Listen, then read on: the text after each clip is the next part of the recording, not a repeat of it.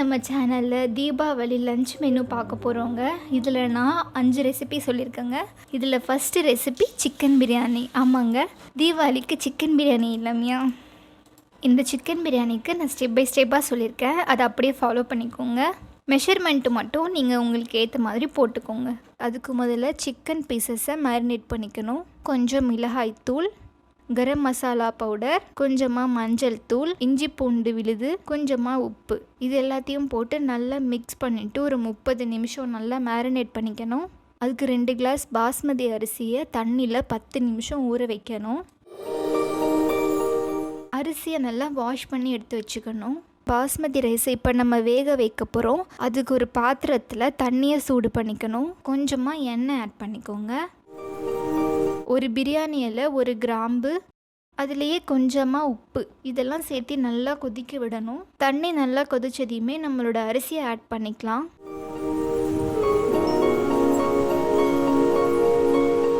பாஸ்மதி அரிசி ரொம்ப வேகணும்னு அவசியம் இல்லை, முக்கால்வாசி வெந்தாலே போதும். ஓகே, இப்போ அரிசியை நம்ம வடித்து எடுத்துக்கலாம்.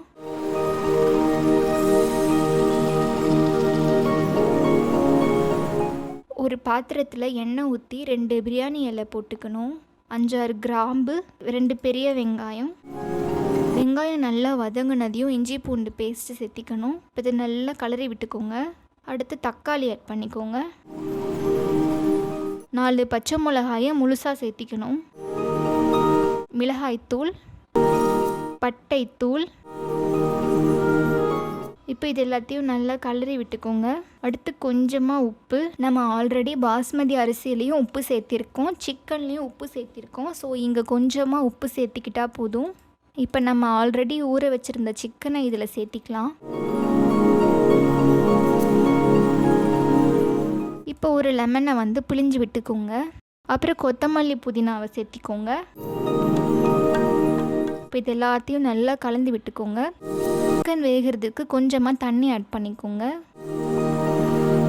இப்போ இதை நல்லா வேகட்டும். ஒரு மூடி போட்டு மூடி வச்சுருங்க.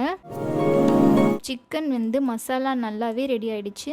இப்போ இந்த மசாலாவை முக்கால்வாசி எடுத்துடலாம், வேறு ஒரு பாத்திரத்துக்கு மாற்றிக்கலாம். அடுத்து நம்ம ஆல்ரெடி செஞ்சு வச்சுருந்த பாஸ்மதி ரைஸை ஒரு லேயரில் ஆட் பண்ணிக்கலாம். இப்போ அதுக்கு மேலே கொஞ்சமாக கொத்தமல்லி, ஆல்ரெடி செஞ்சு வச்சுருந்த சிக்கன் மசாலாவை ஆட் பண்ணிக்கலாம்.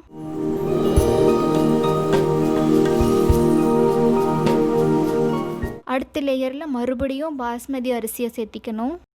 மறுபடியும் சிக்கன் அண்ட் மசாலாவை ஆட் பண்ணிக்கோங்க. இந்த மாதிரி நம்ம செஞ்சு வச்சுருந்த எல்லா மசாலாவையும் லேயராக ஒரு பாத்திரத்தில் போட்டுக்கணும். இப்போ ஸ்டவ்வை ஆன் பண்ணிவிட்டு நல்லா கனமான ஒரு தோசைக்கல் இருந்துச்சுன்னா அதை அடுப்பு மேலே வச்சுக்கோங்க. அடுப்பை நல்லா லோ ஃப்ளேமில் வச்சுக்கோங்க. அதுக்கு மேலே அந்த பாத்திரத்தை வச்சுக்கோங்க. நல்லா ஒரு மூடி போட்டு மூடிடுங்க. அது நல்லா தம் ஆகி பிரியாணி ரொம்ப சூப்பராக ரெடி ஆகிடும். நம்மளோட சிக்கன் தம் பிரியாணி ரொம்ப சூப்பராக ரெடி ஆகிடுச்சு.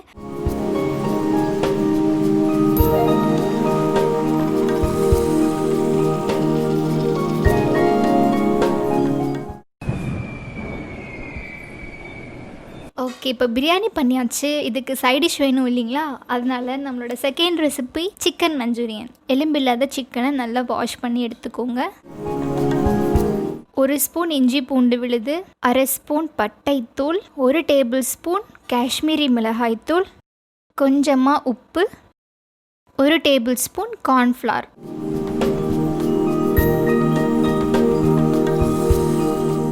இது லைட்டாக மிக்ஸ் பண்ணிவிட்டு அதுலேயே கொஞ்சமாக தேங்காய் எண்ணெய் ஆட் பண்ணிக்கோங்க. நீங்கள் தேங்காய் எண்ணெய் ஆட் பண்ணிங்கன்னா ஃப்ளேவர் ரொம்ப சூப்பராக இருக்கும். இதை கரெக்டாக 30 நிமிஷம் நம்ம காய வைக்க போகிறோம். சிக்கனை இந்த மாதிரி தனித்தனியாக காய வச்சுக்கோங்க.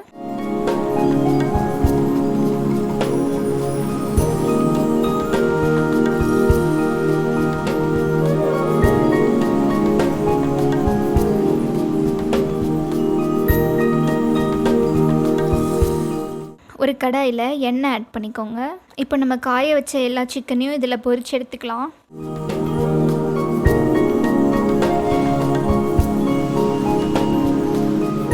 சிக்கன் எல்லாத்தையும் நல்லா பொரிச்சு எடுத்துட்டு மீதி இருக்க அதே எண்ணெயில் கொஞ்சமாக பெரிய வெங்காயம் போட்டுக்கோங்க.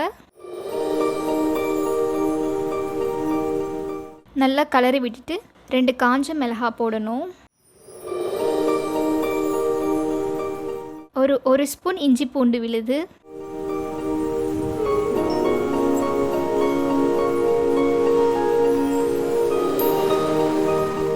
கொஞ்சமாக சோயா சாஸ். இப்போ இதை நல்லா கலந்து விட்டுக்கோங்க. 2 தக்காளியை மிக்ஸி ஜாரில் அரைச்சி இந்த மாதிரி எடுத்துக்கோங்க. எடுத்துகிட்டு அதையும் இதில் ஆட் பண்ணிக்கோங்க. கொஞ்சமாக உப்பு போட்டுக்கோங்க.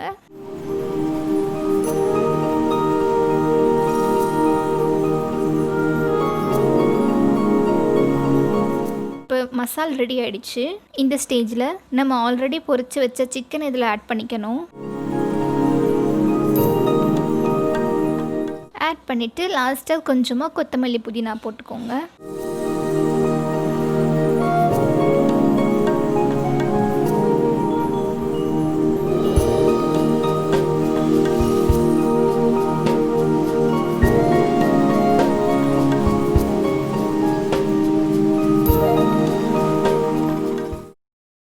அவ்வளோதான், ரொம்ப டேஸ்ட்டாக சிக்கன் மஞ்சூரியன் ரெடி ஆகிடுச்சு. ஃபெஸ்டிவல் இல்லைங்களா, நமக்கு ஒரு சைட் டிஷ் பத்தாது, அதனால இன்னொரு சைட் டிஷ் பெப்பர் சிக்கன். அடுத்து நான் கடகடன்னு உங்களுக்கு இன்க்ரீடியன்ட்ஸ் சொல்லிடுறேன். 1 கப் எலும்பே இல்லாத சிக்கன், இஞ்சி பூண்டு விழுது, கொஞ்சமாக எண்ணெய், கொத்தமல்லி புதினா, பட்டைத்தூள், மிளகாய்த்தூள், உப்பு, மிளகுத்தூள். ஒரு கடாயில் எண்ணெய் ஊற்றிக்கோங்க. ஃபஸ்ட் எடுத்ததையுமே நம்ம சிக்கனை தான் போடணும். சிக்கனை வந்து நல்லா ஃப்ரை பண்ணிக்கோங்க. அதோட பச்சை வாசம்லாம் அதுலேருந்து போகணும்.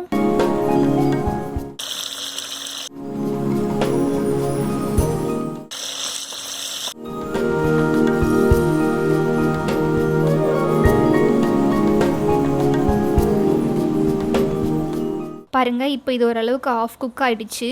இந்த ஸ்டேஜில் இஞ்சி பூண்டு விழுது, பட்டைத்தூள், மிளகாய்த்தூள், மிளகுத்தூள், உப்பு இதெல்லாம் போட்டுட்டு நல்லா மிக்ஸ் பண்ணிக்கணும்.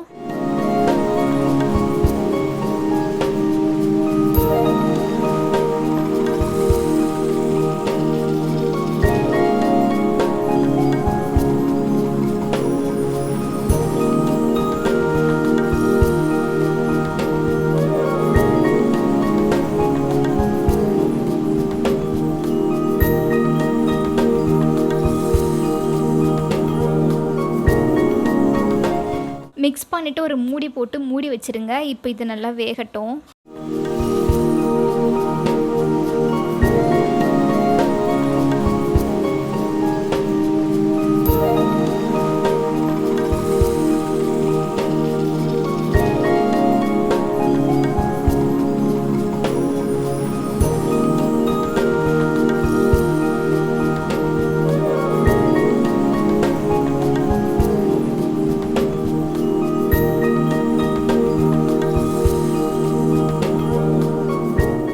இருக்க தண்ணியெல்லாம் நல்லா சுண்டணும். ரொம்ப ஈஸியான பெப்பர் சிக்கன் ரெடி ஆகிடுச்சு. சிக்கனாக சாப்பிட்டு போர் அடிச்சிருச்சு. அடுத்த ரெசிபி மீன் வறுவல். ஆமாங்க, இந்த ஃபிஷ் ஃப்ரை வந்து நம்ம ரொம்ப ஹெல்த்தியாக வாழை இலை வச்சு பண்ண போகிறோம். இன்றைக்கி நான் இந்த மீன் வறுவல் செய்கிறதுக்கு வவ்வா மீன் வாங்கியிருக்கேன். உங்களுக்கு என்ன மீன் ரொம்ப பிடிக்குமோ நீங்கள் தாராளமாக யூஸ் பண்ணிக்கலாம். கொத்தமல்லி, மஞ்சள் தூள், சோள மாவு, நான் தக்காளியை வந்து மிக்ஸி ஜாரில் போட்டு பேஸ்ட் பண்ணி இங்கே எடுத்து வச்சுருக்கேங்க. அடுத்து வெங்காயம், பட்டைத்தூள், உப்பு, மிளகாய்த்தூள், இஞ்சி பூண்டு பேஸ்ட்டு, இவ்வளோதாங்க. இதை வச்சு நம்ம ஒரு மசால் ரெடி பண்ண போகிறோங்க. ஒரு பவுலில் பட்டைத்தூள் போட்டுக்கோங்க, மிளகாய்த்தூள், மஞ்சள் தூள், சோள மாவு, உப்பு, அதில் கொஞ்சம் தண்ணி விட்டுக்கோங்க.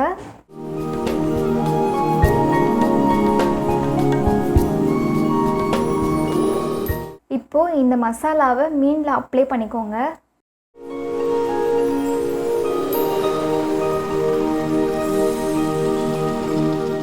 இது கரெக்டாக ஒரு 30 நிமிஷம் ஊறணுங்க. இந்த கேப்பில் நம்ம வந்து மசாலா ரெடி பண்ணிக்கலாங்க. ஒரு கடாயில் எண்ணெய் ஊற்றிக்கோங்க. வெங்காயம் போட்டுக்கோங்க.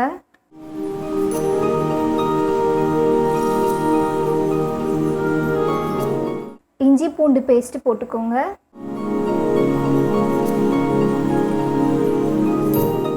நம்ம அரைச்சி வச்சுருந்த தக்காளி ஆட் பண்ணிக்கோங்க.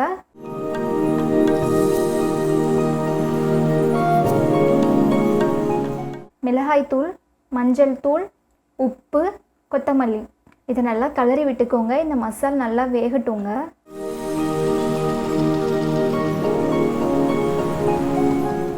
லைட்டாக தண்ணி ஆட் பண்ணிக்கோங்க. தண்ணி வந்து ரொம்ப ஆட் பண்ணிடாதீங்க. இதோட மசாலா வந்து நமக்கு வந்து நல்லா கெட்டியாக வேணுங்க. பாருங்கள், இந்த மாதிரி ஸ்டேஜில் எடுத்து வச்சுக்கோங்க. இப்போ நம்ம எண்ணெய் ஊற்றி எல்லா மீனையும் பொரிச்செடுக்க போகிறோங்க. இதுக்கு நீங்கள் டீப் ஃப்ரை பண்ணணும்னு அவசியம் இல்லைங்க.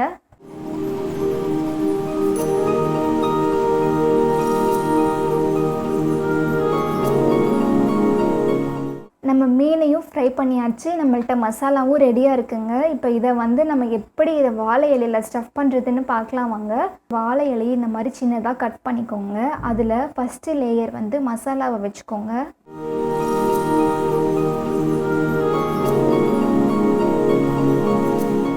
செகண்டு ஃபிஷ் ஃப்ரையை வைங்க. அதுக்கு மேலே மறுபடியும் மசாலாவை வச்சிடலாங்க.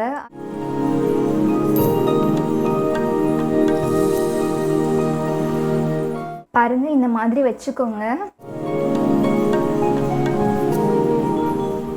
பாருங்கள், இலையை இந்த மாதிரி மடிச்சுக்கோங்க. மடிச்சுட்டு ஒரு த்ரெட்டு வச்சு நல்லா கட்டிக்கோங்க. பாருங்கள், இந்த மாதிரி.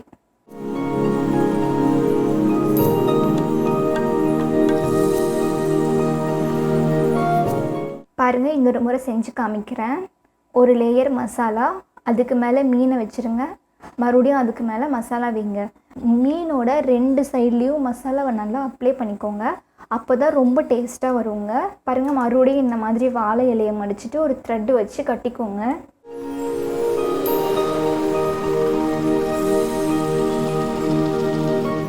கொஞ்சம் ஒரு பெரிய இலையாக இருந்துச்சுன்னா நீங்கள் 2 கூட ஸ்டஃப் பண்ணி தாராளமாக செய்யலாங்க.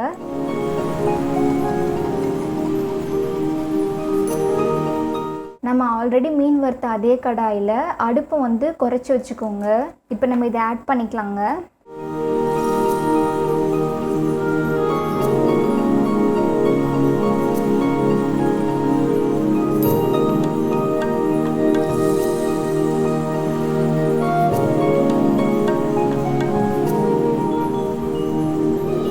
பாருங்கள், இந்த மாதிரி நல்லா கலர் சேஞ்ச் ஆயாச்சு. இப்போ இதை நம்ம ஓப்பன் பண்ணி பார்க்கலாங்க.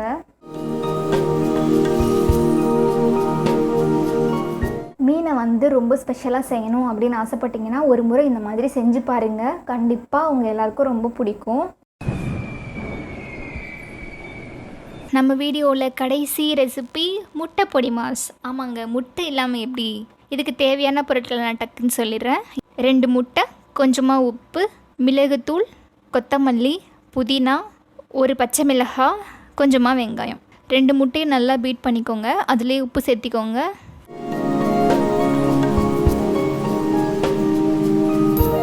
கடாயில் கொஞ்சமாக எண்ணெய் ஊற்றிட்டு அதுலேயே வெங்காயம் போட்டுக்கோங்க. இப்போ இதை நல்லா ஃப்ரை பண்ணிவிட்டு அதுலேயே பச்சை மிளகாய் ஆட் பண்ணிக்கோங்க.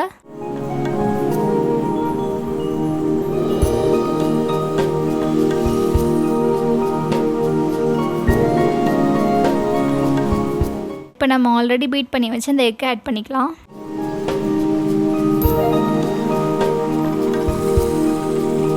அடுத்து கொத்தமல்லி, புதினா, மிளகுத்தூள் இது எல்லாத்தையும் போட்டுட்டு நல்லா கலந்து விட்டுக்கோங்க. நல்லா வறுத்தெடுத்தா முட்டை பொடி மாஸ் ரெடி ஆகிடுச்சு. கண்டிப்பாக இந்த 5 ரெசிபியும் உங்களுக்கு ரொம்ப பிடிச்சிருக்குன்னு நினைக்கிறேன். நீங்களும் ட்ரை பண்ணி பார்த்துட்டு எப்படி இருக்குன்னு எனக்கு கமெண்ட்ஸில் சொல்லுங்கள். தேங்க்ஸ் ஃபார் வாட்சிங். Have a good day.